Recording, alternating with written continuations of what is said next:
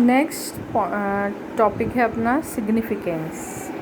Okay, significance of macro economics.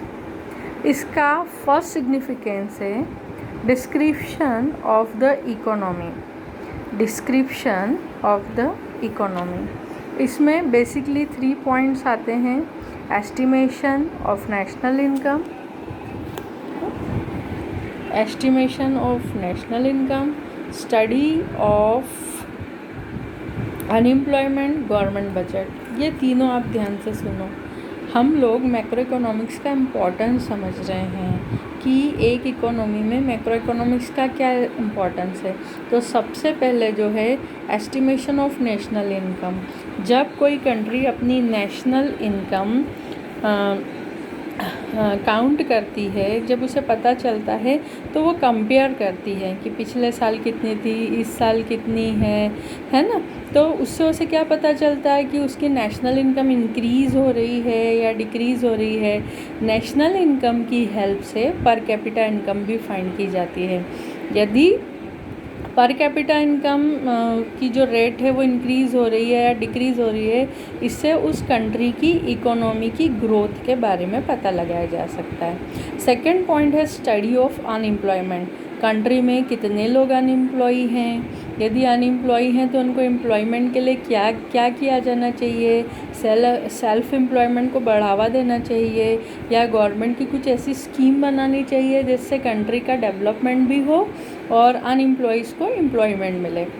Third, government budget. Government budget में वही जो taxes और नॉन टैक्स इनकम गवर्नमेंट वसूल करती है और उससे कंट्री के वेलफेयर में खर्चा करती है ना, गवर्नमेंट बजट। तो ये तीनों बेसिकली है। First point description of economy.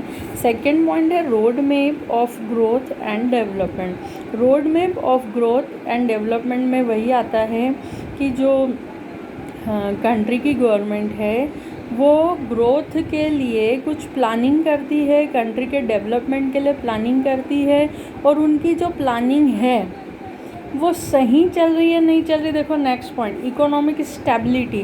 पहले तो वो प्लानिंग करेगी, उसमें लोगों को एम्प्लॉयमेंट देगी जिससे कि कंट्री की ग्रोथ हो, है ना, और कंट्री का डेवलपमेंट हो। और फिर उसमें इकोनॉमिक स्टेबिलिटी, ऐसा तो नहीं आ रहा है कि इकोनॉमी में एकदम से फॉल आ रहा है या बैकवर्ड हो रही है, थोड़ा बहुत ऊपर नीचे चलता है, लेकिन इकोनॉमी स्टेबिलिटी को बनाने के लिए वो फिर क्या करती है, अपने ऐसे काम करती है जिससे कि इकोनॉमी की स्टेबिलिटी बनी रहे।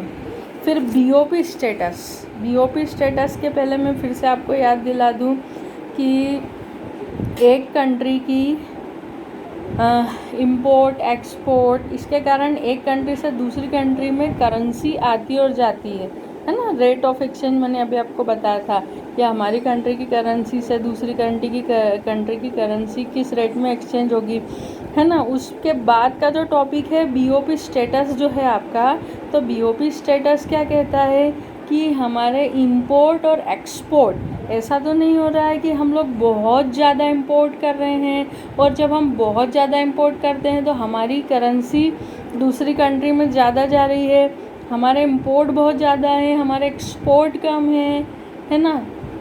तो उसमें बैलेंस बनाना है। यहाँ पर मैं आपको बता दूँ, जब मैं टॉपिक बताऊँगी बीओपी और स्टेटस जब हम करेंगे, जब यहाँ पर सिर्फ इंपोर्ट एक्सपोर्ट की बात नहीं आती है, बहुत सारी बातें आती हैं कि हमने उस कंट्री से कुछ और लेन देन करे हैं या लोन लिया है या हमने किसी दूसरी कंट्री को लोन दिया है ना। तो अभी शॉर्ट में यही है कि हमारा बैलेंस बना रहे पेमेंट का, एक कंट्री से दूसरी कंट्री के पेमेंट्स का बैलेंस बना रहे। ये मैक्रो इकोनॉमिक्स का इम्पोर्टेंस है, सिग्निफिकेंस है।